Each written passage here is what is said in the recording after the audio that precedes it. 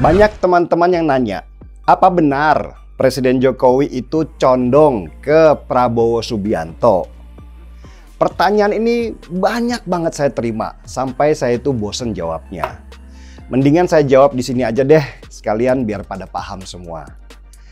Saya sudah mengamati sepak terjangnya Jokowi sejak lama, sejak dia masih jadi wali kota Solo. Cara-cara Jokowi menaikkan nama dirinya ke pentas nasional, buat saya itu adalah cara yang visioner. Gak pakai baliho-baliho besar, gak pakai belanja iklan TV yang bisa ratusan miliar rupiah itu, karena pasti Jokowi gak ada duit. Jokowi itu cukup membangun kehebohan dengan kerja dia yang beda dari kebanyakan pemimpin nasional dan daerah. Dan salah satu yang menarik adalah cara Jokowi ketika berhadapan dengan lawan politiknya. Dia nggak seperti kebanyakan orang yang senang head to head ketika bertarung. Jokowi itu sukanya mengambil jalan yang memutar, membuat musuhnya itu nyaman dulu, baru menghajarnya dengan halus tanpa musuhnya sadar bahwa dia kalah. Dan ini pernah digambarkan oleh Ahok, teman seperjuangan Jokowi di Jakarta, yang menggambarkan cara Jokowi mengalahkan lawannya dengan metode merebus kodok.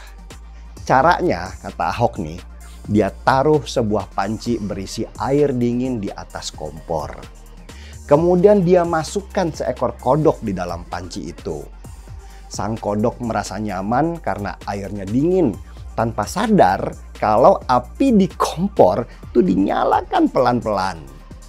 Ketika kodok sadar bahwa dia telah direbus, terlambat sudah.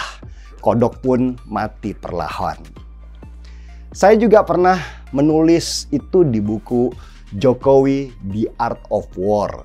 Sebuah buku yang saya tulis karena saya itu kagum dengan seni perang Jokowi dalam politik yang mirip dengan Sun Tzu, seorang jenderal perang pada masa Tiongkok kuno.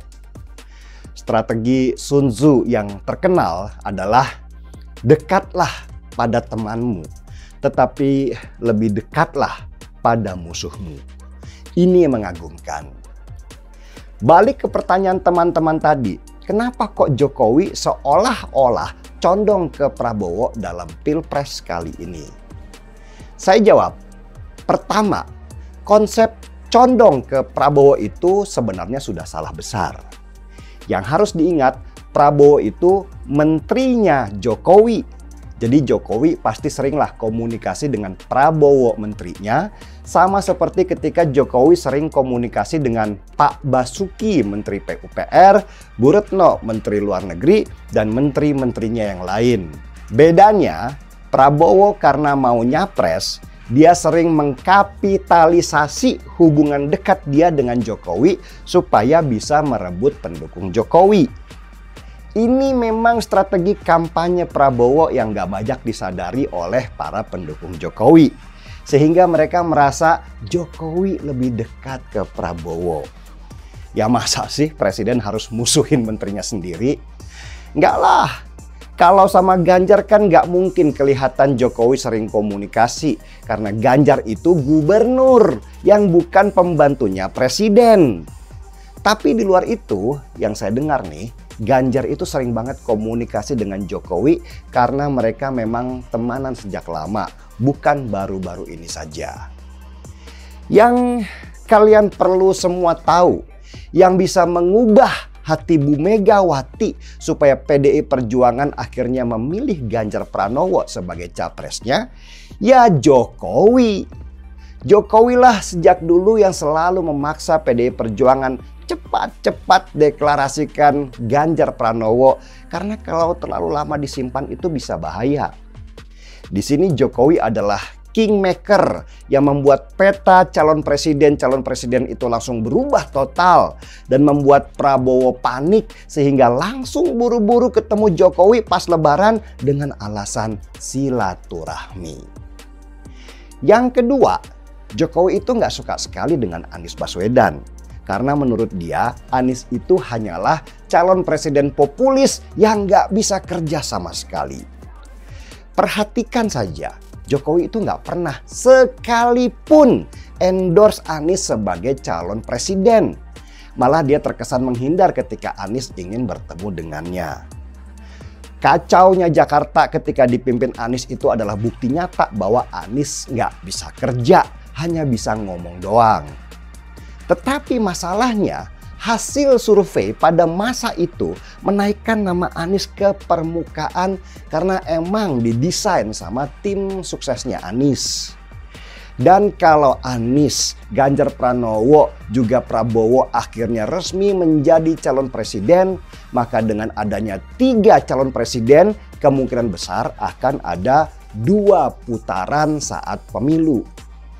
Putaran kedua pemilu nanti jelas akan membuka ruang kesalahan lebih besar dan juga catat ya, biaya pemilu itu akan bengkak luar biasa.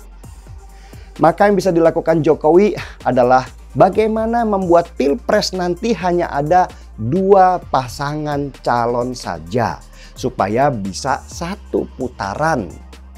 Dan Jokowi sering endorse Prabowo bukan karena dia ingin Prabowo jadi presiden, tapi supaya semua partai hanya merapat ke 2 pasangan calon, yaitu ke Prabowo dan ke Ganjar Pranowo, sekaligus mereka meninggalkan Anies.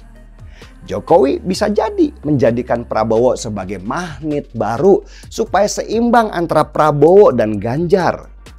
Perhatikan saja.